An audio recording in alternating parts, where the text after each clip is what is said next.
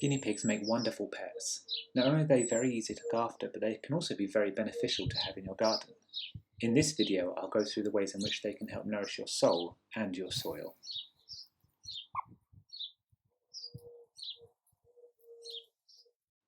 The first reason why you should consider getting guinea pigs for the garden is certainly happiness. For me, a garden without something enjoying it with you is a lonely place. Be it birds, bees, or guinea pigs, something is needed to make your garden feel alive. They're wonderfully relaxing to cuddle too, so long as you give them enough time to get used to being held first.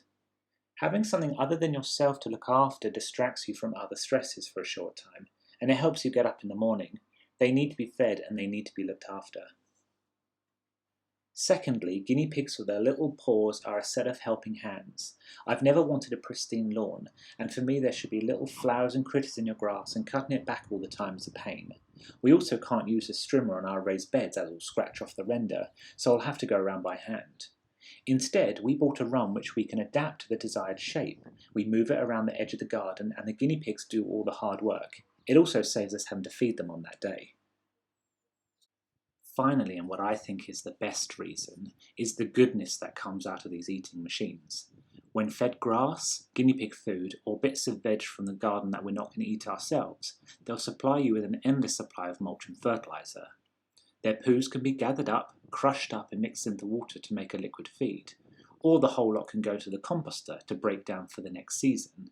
Or what I do is spread it over the bed for a nutrient-rich and fine mulch. I used to mulch using fresh bags of hay, but the mulch which is created by the piggies has already been cut up into little bits, which is so much easier to work with, and it spreads easily. It's also a little damp, which, though a little gross, means it's less likely to fly away on a windy day. Not only that, but it's full of their manure, so when it rains or when I water the garden, all the nutrients seeps down into the plant roots. Not only that, but it also saves money.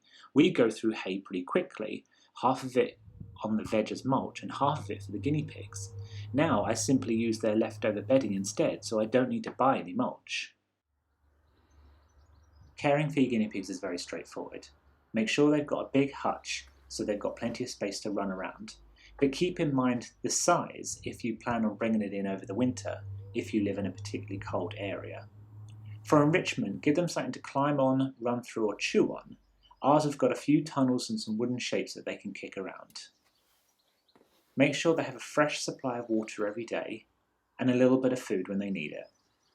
For warmth, make sure you've got a thick layer of newspaper on the base. It makes an excellent insulator, and then cover this with either hay or wood shavings. If your garden's not very sheltered, consider buying a cover for your hutch. It helps keep the wind out and the heat in. I hope you found this useful, and I hope you've learnt a few ways in which guinea pigs can complement our garden and growing fruit and vegetables.